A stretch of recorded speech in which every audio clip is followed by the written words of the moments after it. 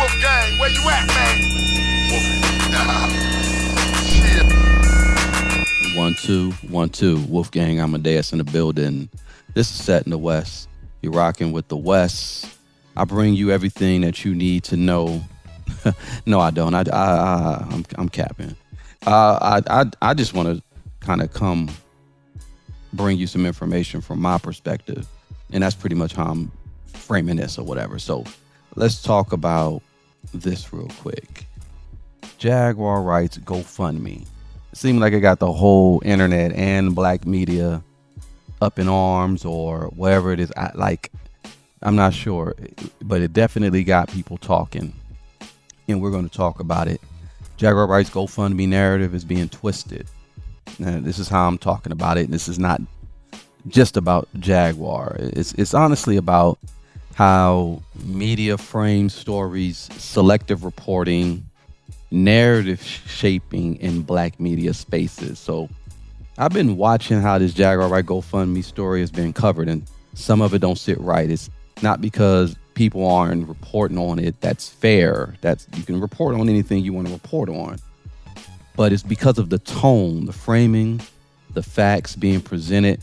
They don't match the reality. Right now, I'm going to just break it down, and not from an emotional standpoint, but from a factual standpoint. So the GoFundMe is actually for Jaguar Wright legal fund. Now it says Jaguar Wright launched her GoFundMe to fund her legal action, specifically investigations and potential lawsuits against individuals who have used her name, defamed her, or profited off of misinformation.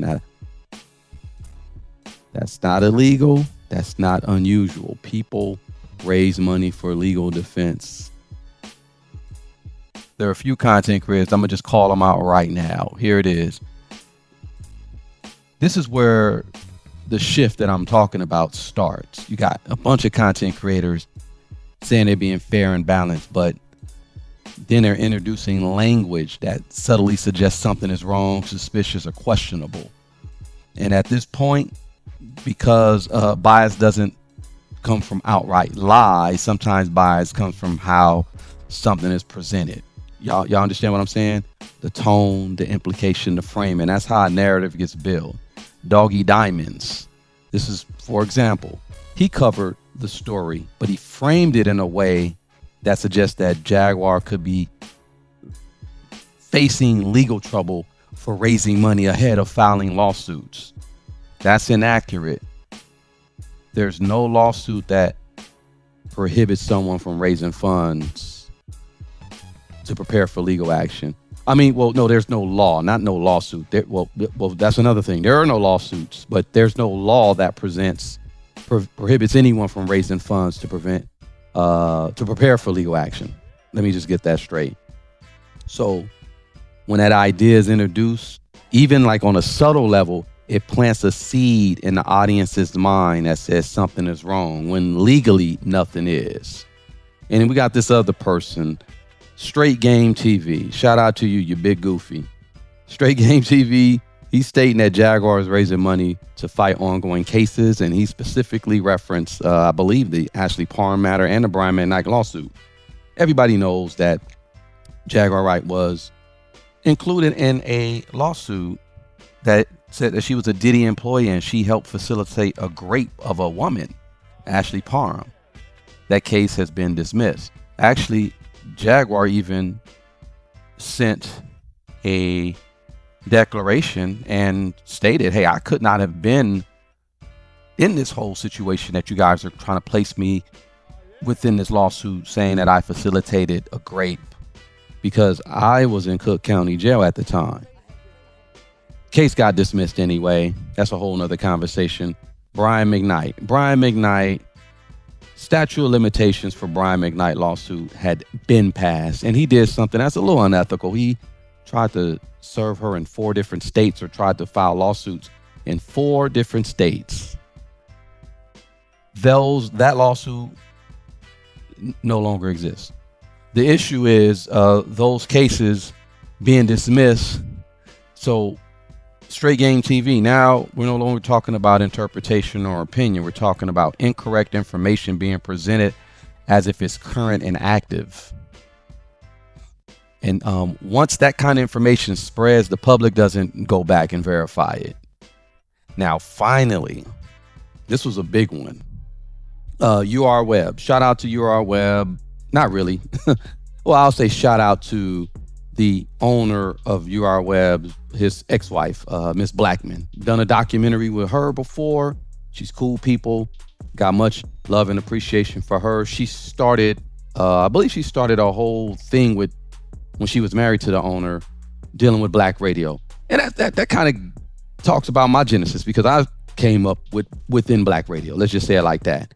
So they wrote an article about Jaguar Wright, and the article, it says Jaguar Wright, GoFundMe, she needs $16K for justice. That's what the article says. On the surface, it reads like a standard article, but when you actually go through it, if the tone is dismissive, it feels dismissive. I'll just say it like that, almost like it's encouraging the reader to question or mock the situation without directly saying it.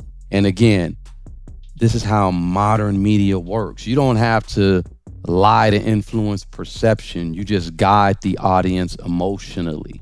Okay. I'm very disappointed in this EURweb. I don't know if it's Lee Bailey who's the one who wrote this, but I'm very disappointed in this so-called quote unquote black media. Now, let me make this clear. This is in theory for me as far as how the EURweb works.